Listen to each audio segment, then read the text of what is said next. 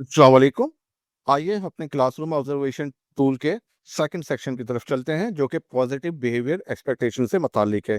इसका मतलब ये है कि उस्ताद क्लासरूम में एक ऐसा माहौल कायम करे जहां पर वाज़ह तौर पर बिहेवियरल उसूल सेट किए जाए, मुस्बत रवैयों की हौसला अफजाई की जाए और गलत रवैयों को पॉजिटिव अंदाज में दुरुस्त किया जाए। 3 मुख्तसब इंडिकेटर्स पर मुश्तमिल है। आइए इनको एक एक कर देखते हैं।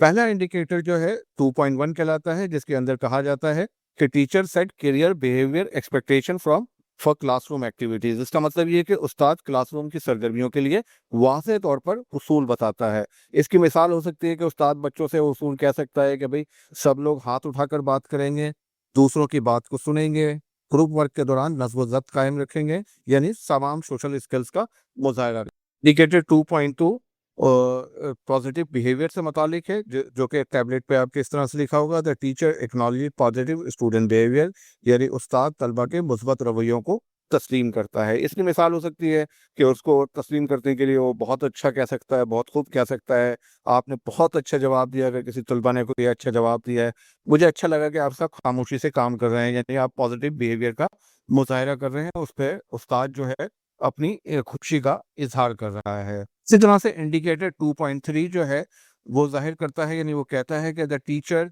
Redirect miss behaviour and focuses on the expected behaviour rather than the undesired behaviour, यानी उस्ताद तलबा के गलत रवैयों को दुरुस्त करता है और जो गलत रवैये जो है उनको उनके ऊपर तवज्जो देने के बजाय मतलूबा रवैये की तरफ उनकी तवज्जो मजबूर करवाता है। आइए देखें ये किस तरह से करता है। यानी उस्ताद को चाहिए कि अगर कोई गलत रवैया तलबा कर रहे हैं तो उनको शर्मिंदा ना करे, बल्कि मुस्बत अंदाज में सही रवैया याद दिलाए, यानी पॉजिटिव अंदाज में उनको बताए कि उनको क्या करना चाहिए था। जैसे फॉर एग्जांपल, अगर तलबा ने बगैर हाथ उठाए बोलना शुरू कर दिया है तो उनको उसको डांटने के बजाय, उनको मना करने के बजाय वो कहे कि बोलने से पहले हाथ उठाना चाहिए, तो उसको कहते हैं कि मुस्बत अंदाज में सही रवैये को याद दिलाया जाए।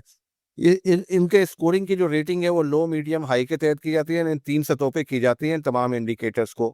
आइए कुछ मिसालों से इनको समझते हैं। जैसे लो आप उस वक्त देंगे जब उस्ताद कोई उसूल ना बताए, यानी लेसन शुरू करते हुए या लेसन के दौरान किसी किस्म का कोई पॉजिटिव बिहेवियर को या सोशल बिहेवियर को वाज़ा ना करे, किसी भी मुस्बत रवैये की तारीफ ना करे, यानी किस बच्चे ने जवाब दिया है तो उसकी उसकी तारीफ नहीं करता बल्कि वो उसको इग्नोर मार देता है।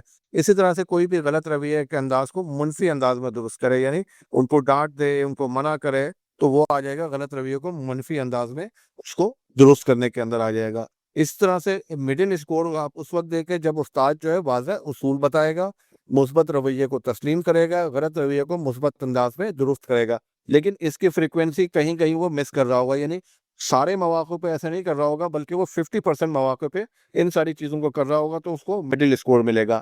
हाई स्कोर उस वक्त मिलेगा जब उस्ताद बिल्कुल क्लियर कट उसूल बताता है, मुस्बत रवैये को हर मर्तबा तस्लीम करता है, यानी लगता है कि ये उस्ताद की रेगुलर हैबिट की तरह है कि जब भी कोई स्टूडेंट जवाब देता है, कोई अच्छा काम करता है, तो उस्ताद जो है उसको तस्लीम करता है, उसकी तारीफ करता है और इसी तरह गलत रवैये को मुस्बत अंदाज में दुरुस्त करता है, तो उस पे आप हाई स्कोर।